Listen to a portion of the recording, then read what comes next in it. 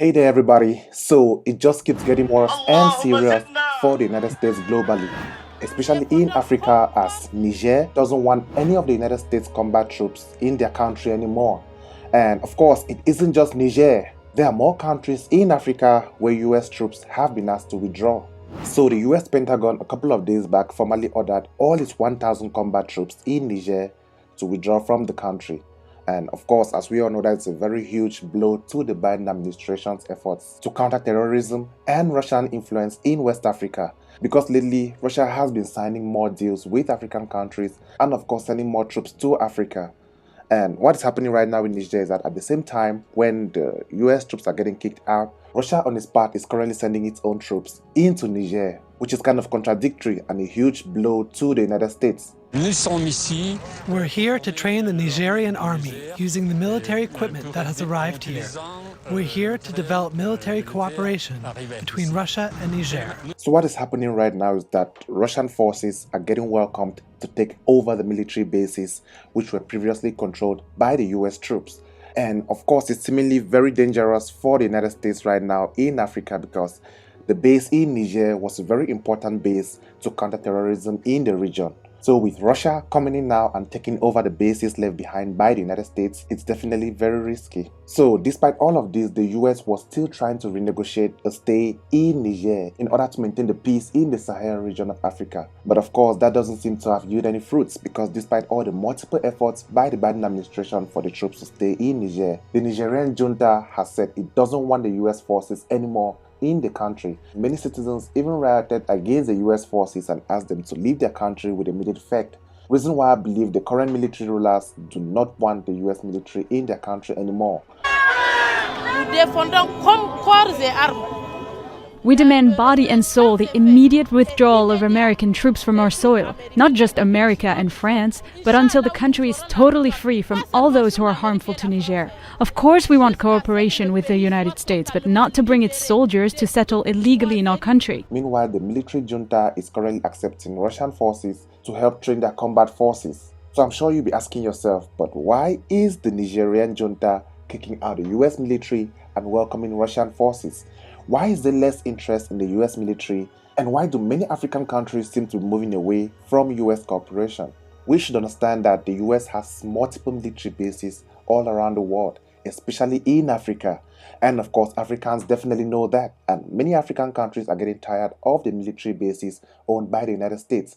Reason why I believe they are currently asking the US military to leave their countries. The Russians deployed to Niger's Niamey airport are said to be military trainers, and later on in this video I'll tell you the tensions that have occurred between the Russian forces and the US military as the Russian forces enter the military base housing US forces in Niamey, Niger. According to Reuters, earlier this year, officials in Niger told the US that about 60 Russian troops would be deployed to the country, so they had to leave. And the announcement was made by a military junta representative who clearly asked the US forces to leave their country. Niger regrets the desire of the American delegation to deny the sovereign Nigerian people the right to choose their partners and the types of partnership capable of helping them to truly fight against terrorism. Even though the United States of America has decided unilaterally to suspend all cooperation between our two countries. Now, to give you a clear backstory, there were a little over 1,000 US troops in Niger as of last year. And that is where the US operated one out of its two military bases, including a drone base known as the Air Base 201, which was built near Agadez in the central Niger at a cost of more than 100 million US dollars. And since 2018, the base has been used to target terrorism in the Sahel region. Reason why the United States has said over and over again that withdrawing its troops from Niger will cause instability in the region. But then, despite the US military's presence in Niger, everything began to change after the military coup in Niger last year. Reason why when the military junta took over, it became much more difficult for the US and French forces to be able to remain in the country and of course for negotiations between these countries to go effectively. Reason why last month, Niger's ruling junta revoked a military agreement with the US Department of Defense which allowed military personnel and staff in the country. But despite the multiple talks, nothing seems to have changed. No credible conclusion on letting the US troops stay in Niger. Meanwhile, at the same time, Russian troops have been led into the country with the aim of training Niger's military. Now, although the US Defense Department is still trying to negotiate for a small contingent of military personnel to stay in Niger, they have agreed for a smooth withdrawal of their troops from the country. On May 2nd, Reuters further reported that the Russian military personnel entered an air base in Niger that is hosting US troops, which came right after the Niger military junta's decision for the US forces to leave the country. Now, at this point, with the US and Russian troops on the same base in Niamey, that's in Niger, I'm sure we would all expect serious tensions because, as we all know, there have been tensions between Russia and the United States on many fronts, especially in the Ukraine war that is happening right now. Well, of course, there have been tensions as expected, reason why many news outlets like the Washington Post, CNBC, and of course The Guardian reported on the happenings in real time, explaining the tensions in the country of Niger right now. But a senior US defense official said Russian forces were not in direct contact with US troops and were only using a separate hangar at the Air Base 101. The Russians are in a separate compound and don't have access to U.S. forces or access to our equipment. So guys, I believe that this is the closest in proximity that the US and Russian forces have been without fights since the Ukraine war, because as we all know, there are more tensions due to the war in Ukraine. So with the Russian and US forces being on the same base in Niger, it definitely calls for attention. Although the US forces have been asked to leave, it still creates some sort of tension, and it shows that Russia is definitely winning in this scenario because the US has been asked to leave Niger.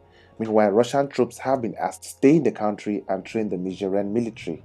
Now, with the Russian forces on the ground in Niger and the US troops set to leave, many are very worried about the military hardware that would be left behind by the US forces, while mentioning that the Russian troops might be able to have access to this military hardware. But the US Defense Secretary Lloyd Austin clarified that Russian troops won't get close to their military hardware and that the Russians are in a separate compound and don't have access to US forces or even access to US military equipment. And despite all this happening in Niger, we should all understand that it isn't just Niger alone. Niger isn't the only African country where foreign troops have currently been asked to leave. There are many other African countries doing the same right now. France is also in the same situation. Now, one big question many people will be asking is that right now, why are Russian troops in Niger? And what has really caused all this to start happening right now? Why are many African countries kicking out the West from Africa? Well, for a start, Russia has been seeking for strengthened relations with more African nations recently, as opposed to Western relationships in the past. And of course, coupled with all the multiple geopolitical tensions between the US, NATO, and Russia, I believe that's the reason why Russia is doing its best to build more closer ties with African countries. And of course, not just with African countries, with many countries globally. And this is with the intention to create more alliances with as many countries as possible worldwide, in case of more tensions with the West. So that's the reason why I believe that with Russia sending troops to train the Nigerian military, it seems to be a step in the right direction for Putin, despite all the actions going against the West. Now, Mali, for example, has in recent years become one of Russia's closest African allies, with the Wagner Group mercenary force deploying there to help fight the jihadist insurgents. Nevertheless, still on the case of Niger, Washington's main worry seems to be about the Islamic militants in the Sahel region who may be able to expand if the US forces are absent in that region. So to begin all the withdrawal of US troops from Niger, a two-star general from the United States has been sent to Niger to try and arrange for a professional and responsible withdrawal of the troops. Now, millennials, with all this happening right now and African countries asking US forces to leave their countries and of course welcoming the Russian troops, it all shows a shift in the global hegemony, I think. Because as we all know previously, the US has always dominated the world with military bases and military control. Of course, with the military bases in many countries around the world, especially in African countries. So I believe with this happening right now, it's slowly showing a shift in the global control. So one question now is, how will the US repair this? How will they fix this current situation? Does it all mean the US global control has failed? Well, I'll keep doing more research so I can bring it right here on this channel for you. Like this video, subscribe to this channel for more videos like this weekly. Thank you so much for watching. Remember, this is William. See you next time.